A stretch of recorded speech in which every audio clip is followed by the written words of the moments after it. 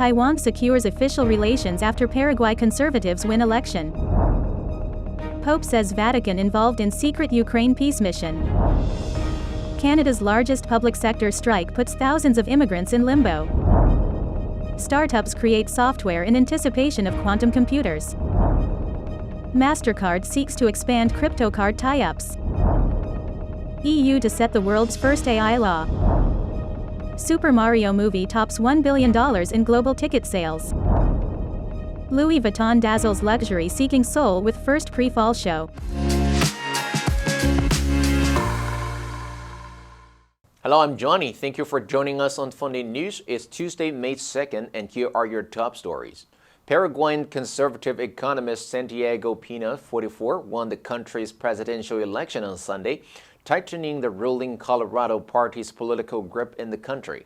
Pena, who has pledged to maintain Paraguay's long-standing Taiwan relations, had 42.7% of the vote with 99.9% of ballots counted, a more than 15-point lead over center-left rival Efrain Alegre, who has argued for switching allegiance to China.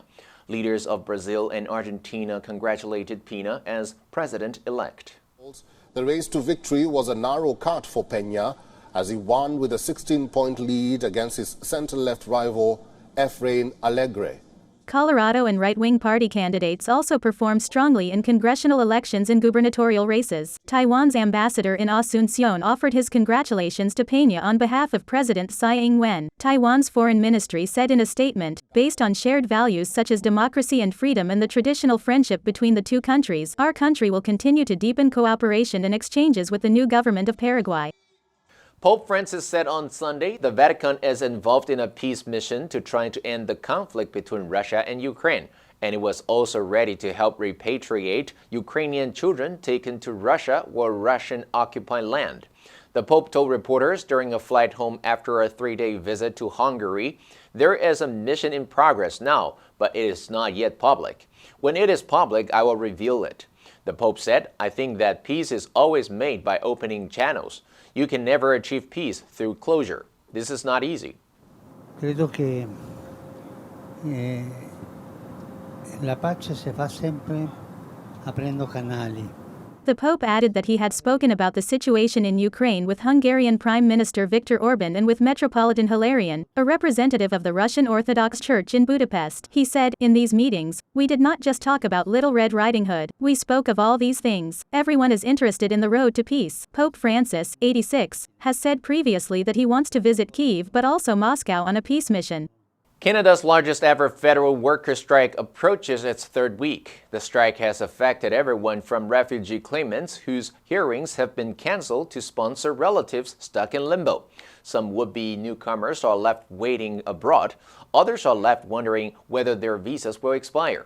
The Immigration, Refugees, and Citizenship Ministries said that because of the strike last week, tens of thousands of files have not been processed that otherwise would have been. From the public service picket lines, we are getting the first update in days on talks and offers and counteroffers. The delay comes as Canada's immigration system is playing catch-up from pandemic delays. Canada has raised its immigration target to record-setting levels and hopes to bring in 500,000 new permanent residents a year by 2025 to help ease labor shortages in industries from construction to healthcare. Canada's lower birth rate makes immigration a key driver of economic growth. Immigration lawyers said Canada recently held draws for thousands of permanent residents it may not have the capacity to process.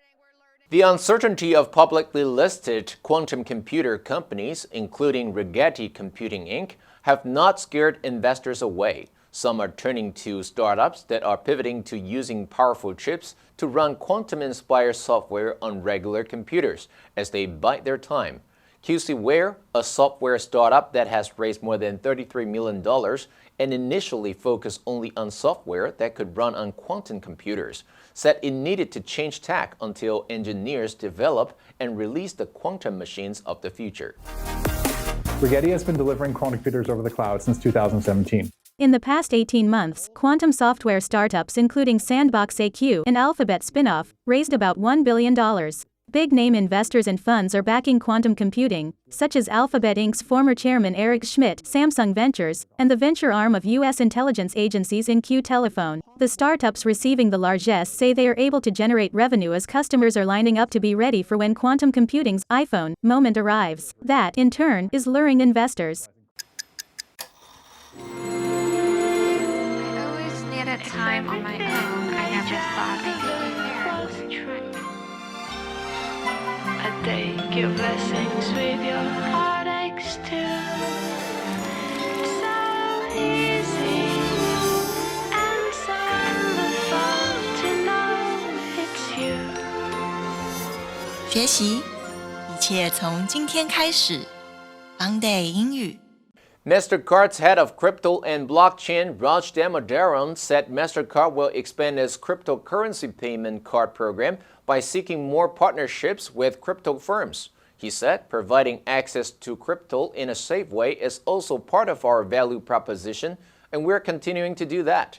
Mastercard has already partnered with crypto exchanges, including Binance, Nexo, and Gemini, to offer crypto-linked payment cards in some countries. According to the media, the Binance Mastercards allow users to make payments in traditional currencies, funded by their cryptocurrency holdings on the exchange.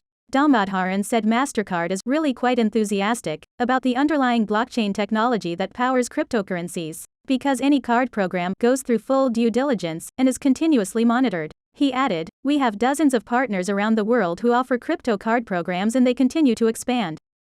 The European Union is likely to reach a political agreement this year that will pave the way for the world's first major artificial intelligence law. This follows a preliminary deal reached last Thursday by members of the European Parliament to push through the draft of the EU's Artificial Intelligence Act to a vote by a committee of lawmakers on May 11th. The European Parliament will then thrash out the bill's final details with EU member states and the European Commission before it becomes law. The EU said its AI Act was pro-innovation, since it seeks to mitigate the risks of societal damage from emerging technologies. While the EU AI Act is expected to be passed by this year, lawyers have said it will take a few years for it to be enforced. The EU said businesses could start considering the implications of the new legislation.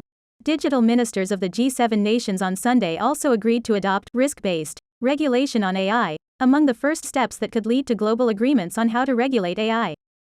According to studio estimates, Sunday, the Super Mario Bros. Movie led ticket sales for the fourth straight weekend in U.S. and Canadian theaters with $40 million as the global haul for the Universal Pictures release surpassed $1 billion.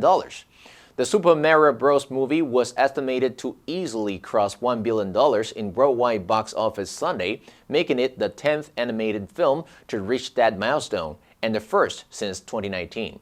With the domestic total thus far of $490 million, international sales have proven to be even stronger. The Nintendo video game adaptation dominated the month of April in theaters, smashing records along the way.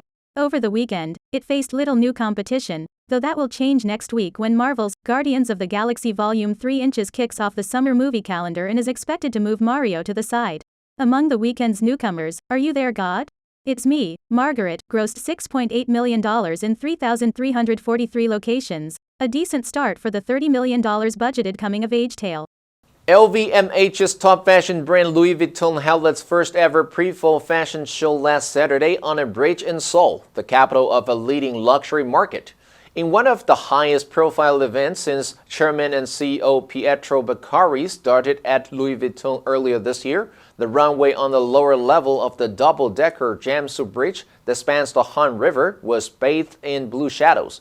Vuitton has sought to tap into the global popularity and youth appeal of K-pop stars. In the show, models walked the 795-meter bridge, where traffic was stopped for 24 hours, wearing fitted, sporty designs with geometric patterns designed by Nicolas Gasquier, artistic director of women's collections at Louis Vuitton. The creator and director of 2021's Netflix hit drama, Squid Game, Wang Dong-hyuk also participated in the show's scenography. Analysts said South Koreans have become the world's biggest spenders per capita on personal luxury goods, splashing out an average of $325 a year. Now let's take a look at the vocabulary of the news of Super Mario. Number 1, straight. 形容词或副词，连续的，连续地。They have been working for 16 hours straight. 这里是副词的用法。如果是形容词，你要说 16 straight hours. Number 2, haul. 有用于体育运动，很高的得分。His haul of 40 goals in a season is a record. Number 3, surpass. 超过，胜过，优于。Its success has surpassed all expectations. Number 4, milestone. 里程碑。It's considered a milestone for an American leader. And that's all for today's Funday news. Be sure to tune into Funday news from Monday to Friday and click the link below to join Funday for free. I'm Johnny Wu, your host. I will see you next time.